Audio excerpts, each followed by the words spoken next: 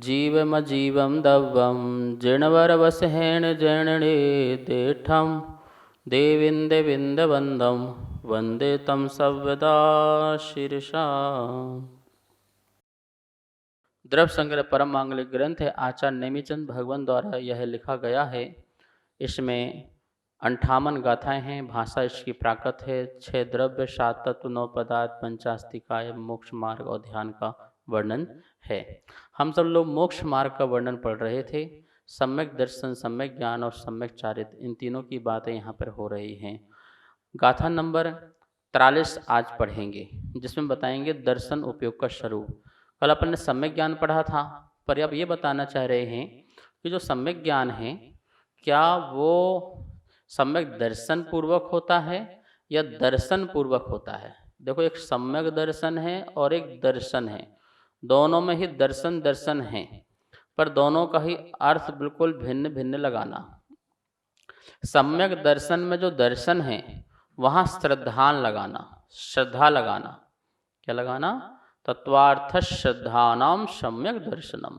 तत्व का पर यथार्थ श्रद्धान करने का नाम क्या है? सम्यक दर्शन है। तो एक दर्शन में हमें श्रद्धा लगाना है। श्रद्धा गुण की पर्याय जो है वो सम्यक दर्शन है।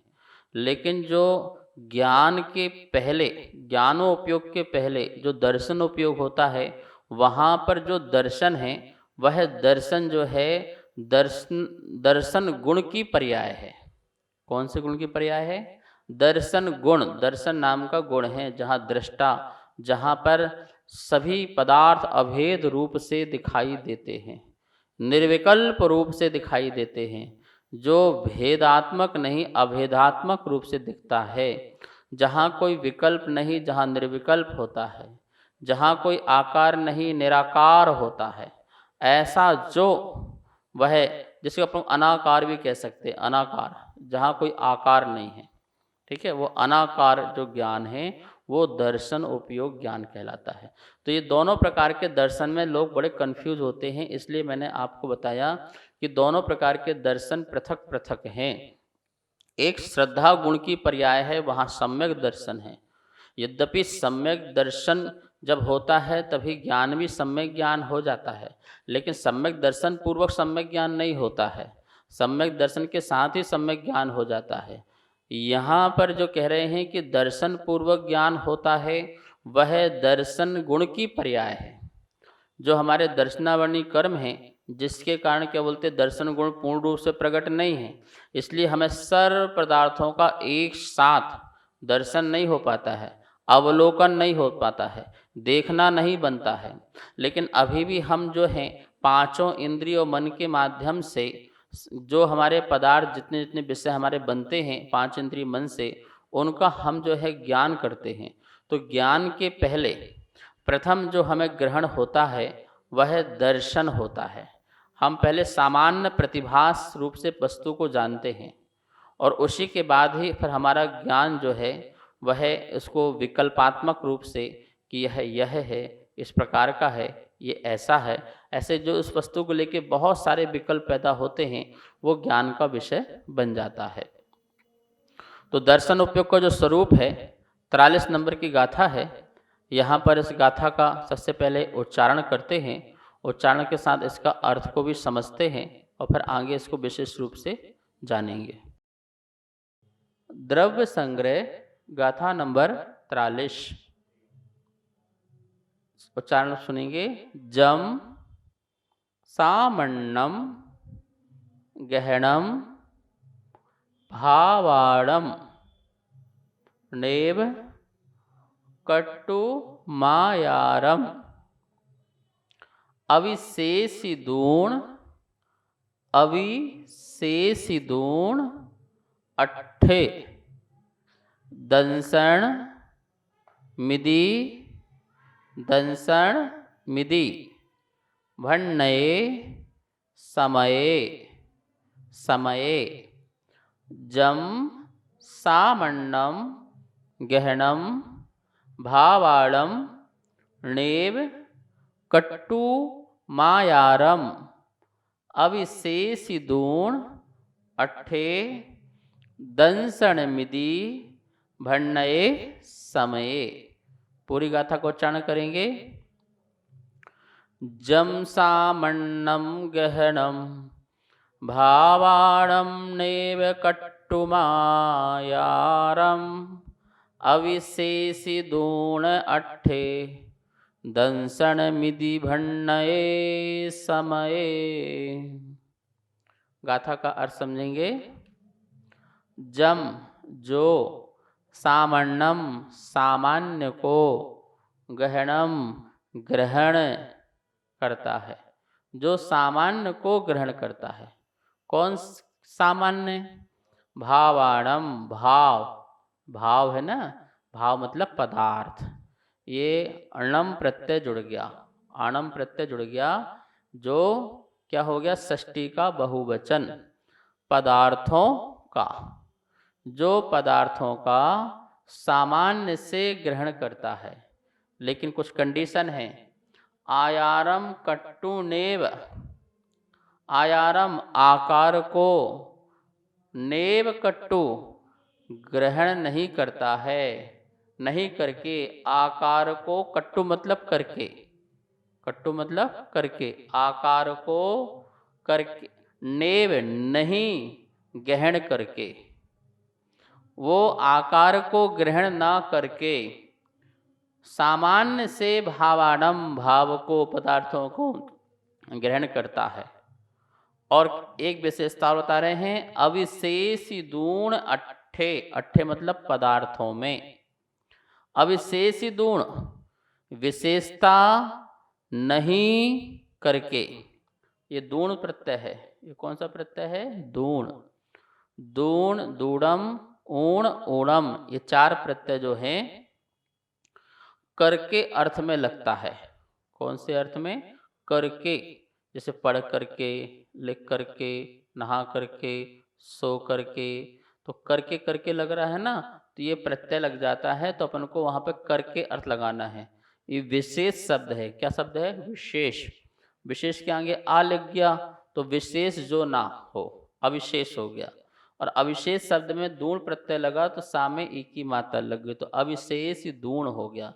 तो विशेषता ना करके, ना यहाँ से निकल जाएगा आ से, तो विशेषता ना करके, पदार्थ में विशेषता ना करके जो सामान्य से पदार्थों को ग्रहण करता है पर आकार को ग्रहण नहीं करता, वह दंसनम इति, इति मतलब वह, दंसनम दंसन, भण्णये कहा गया है, कहा गया है। कहाँ कहा गया है? समये। समय मतलब शास्त्र में, आगम में, भगवान की वाणी में यह दंसन कहा गया है। ठीक है, तो यहाँ पर अपन जो है ये अविशेष और आयार, ये दो चीज को समझ लेंगे तो सारी बात को अपन को अच्छी तरह से समझ में आ जाएगा। गाथा का अन्वय देखते हैं। यहाँ देखिए लिखा है, अट्ठे पदार्थों में अविशेषी दूण विशेषता नहीं करके, आयारम आकार को, नेव कट्टु ग्रहण ना करके, जम जो, भावाणम पदार्थों का, सामान्यम सामान्य, गहनम ग्रहण करना है, यदि वह समय शास्त्रों में, दंसनम दर्शन, भण्णये कहा गया है।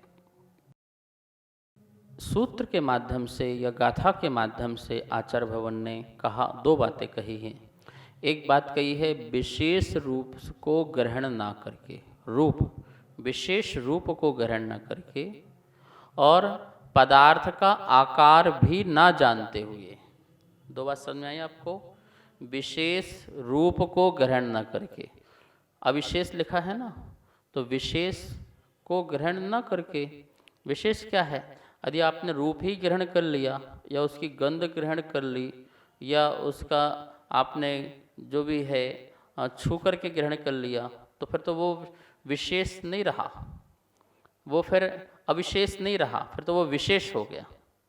फिर क्या हो गया, वो विशेष हो गया। फिर उसकी आपकी पर्याय आपने जान ही ली, तो जान ली तो फिर दर्शन की आवश्यकता क्या है, ठीक है ना। तो कह रहे नहीं, अविशेष गुण जो विशेष रूप को ग्रहण ना करके अविशेषता से और पदार्थ का आकार भी ना जानते हुए।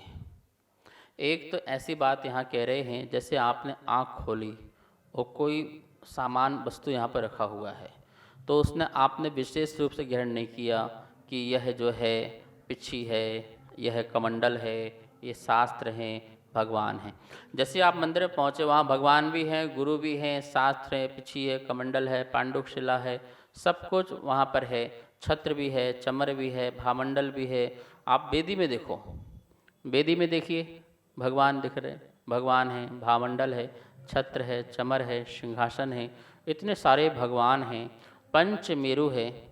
तो ये सब आपको ने गए मंदिर, और जैसे ही आपने ये आंखें खोली और आंख खोली तो एक साथ आपको कोई विशेष नहीं, विशेष मतलब ये छत्र है, ये चमर है, ये भामंडल है, ऐसा कोई विशेष नहीं, अविशेष रूप से अभेद रूप से एक साथ आपको दिखा। दिखना, जो ये दिखना है ये दर्शन है। और आकार भी नहीं कि ये छत्र का आकार ऐसा है, ये भगवान का आकार ऐसा है, ये छोटी प्रतिमा है, ये बड़ी प्रतिमा है, ऐसा कुछ भी नहीं। ये भी आकार नहीं आया आपके मन में, मात्र दृष्टा, दिखना। ये दिखने मात्र को ही यहाँ पर दर्शन कह रहे हैं। यदि विशेष में चले गए, ये छत्र है, ये चामर है, ये भामंडल है, ये भगवान है, ये तो ज्ञान का विषय हो गया। और ज्ञान के विषय में आने के बाद उसमें भी कैसे जानना, आकार रूप से, कि ये छोटा है, ये बड़ा है, ये चपटा है, ये गोल है, ये लंबा है, ये प्रतिमा मोटी है, छोटी है, नाटी है, बड़ी है। तो ये सब क्या हो गया, ये धातु की है, ये पाषाण की है, ये चांदी की है, इस प्रकार से जानना, ये तो हो गया विशेष ज्ञान हो गया। और विशेष ज्ञान कहाँ चला गया, ज्ञानोपयोग में चला गया, दर्शनोपयोग में नहीं चला गया। तो जहाँ अभेद रूप से सभी वस्तुओं में कोई भेद ना हो, अखंड रूप से एक दिख जाए, जैसे यहाँ पे चावल का ढेर लगा हो, गेहूं का भी हो और दालों का भी हो, कई प्रकार के अनाज के यहाँ ढेर लगे हों। आप किसी दुकान में जाइए, अनाज की दुकान में, उनकी बोरियों में सारे प्रकार के अनाज रखे रहते हैं, और आप गए और आपने आँख खोली तो एक साथ जो आपको सब दिखा, तो दिखना मात्र है वो आपका दर्शन हुआ। उसमें अविशेष गुण, अट्ठे पदार्थों में अविशेष विशेषता ना करके, कोई विशेषता हमने नहीं करी, सब एक साथ दिखा बस। और उसके साथ भी भावाणम नेव कट्टुम आयारम, और उसका हमने आकार भी नहीं देखा कि चावल का आकार क्या है, और इसका जो है गेहूं का आकार क्या है, दाल का आकार क्या है, उनका भी कोई आकार नहीं देखा। तो ना जो आकार देखा, ना आकार को हमने जाना, और ना ही ये क्या क्या क्या है ऐसा भी नहीं जाना। अखंड रूप से, अभेद रूप से एक साथ हमने सब पदार्थ को देखा मात्र, देखना मात्र है। जिसे हम बोलेंगे सामन्नम गहनम, जम सामन्नम गहनम भावाणम, जो पदार्थों का सामान्य मात्र से ग्रहण हुआ। ये संशय ज्ञान भी नहीं है, संशय में भी नहीं आएगा। संशय ज्ञान भी जो है वो भी ज्ञान का विषय बनता है, लेकिन यहाँ पर कह रहे हैं संशय ज्ञान भी नहीं है, सिर्फ दिखना, आभास होना। जैसे सामान्य अवलोकन कह सकते हैं, या ये कह सकते हैं ज्ञान में आने के पहले की जो प्रथम ज्ञान है या दर्शन है, देखना है, वो दर्शन उपयोग है। और ये दर्शन उपयोग जो है वो ज्ञान गुण की पर्याय भी नहीं है, इस बात का ध्यान रखना। जो दिखना है, अवलोकन है, प्रथम जो अवलोकन है ज्ञान के पहले, वह जो है दर्शन गुण की पर्याय है। कौन से गुण की? दर्शन गुण की पर्याय है। और जानने में आ जाना वो ज्ञान गुण की पर्याय है। जानने का व्यापार जो है वो ज्ञान गुण की पर्याय है। देखने का जो व्यापार है वो दर्शन गुण की पर्याय है। इसलिए यहाँ कहेंगे आगे जाकर के कि भैया देखो, ज्ञान जो है वो दर्शन पूर्वक होता है। ठीक है, उसकी चर्चा तो बाद में करेंगे। पहले हम ये समझ लें कि दर्शन जो है हम संसारी जीवों को आँख से भी है, कान से भी है, घ्राण से भी है, नाक से भी है, जिह्वा से भी है और शरीर से भी है, मन से भी है। 5 इंद्रिय और मन, इन सभी से दर्शन उपयोग होता है। क्या होता है? दर्शन उपयोग होता है। और दर्शन उपयोग के बाद फिर ज्ञान उपयोग होता है, फिर ज्ञान उपयोग होता है। ठीक है, एक साथ नहीं होता है, पहले दर्शन और फिर ज्ञान। वो बात अलग है कि इतना सूक्ष्म समय है कि जो हमारे लिए दर्शन उपयोग का हमें आभास नहीं हो सकता, हम सीधे ज्ञान उपयोग में ही चले जाते हैं। हम ज्ञान उपयोग का ही हमें आभास हो पाता है और उसका हम अनुभव कर पाते हैं। तो 5 इंद्रियों मन सबसे दर्शन होता है। आप तो कहेंगे देखने का काम तो आँख करती है, तो यहाँ आँखों से जो देख रहे हैं उसकी बात नहीं कह रहे हैं। जो आँखों के माध्यम से जो भी हमें हरा पीला नीला जो दिख रहा है, उसके पहले जो हमको आभास हुआ वो हमारा दर्शन हुआ। कानों से जो भी हम शब्द सुन रहे हैं, तो शब्द स्पष्ट रूप से हम नहीं सुने, लेकिन शब्द का ज्ञान हुआ कि हाँ कोई शब्द है, ऐसा जो हमको ज्ञान हुआ वो हमारा सामान्य प्रतिभास है। घ्राण इंद्रिय से हमारे पास दुर्गंध और सुगंध आई, और वो आने के बाद हमको ये लगा कि दुर्गंध और सुगंध बस, लेकिन ये किसकी सुगंध है, ये किसकी दुर्गंध है, ऐसा ज्ञान नहीं होना, वो हमारा जो है दर्शन उपयोग है।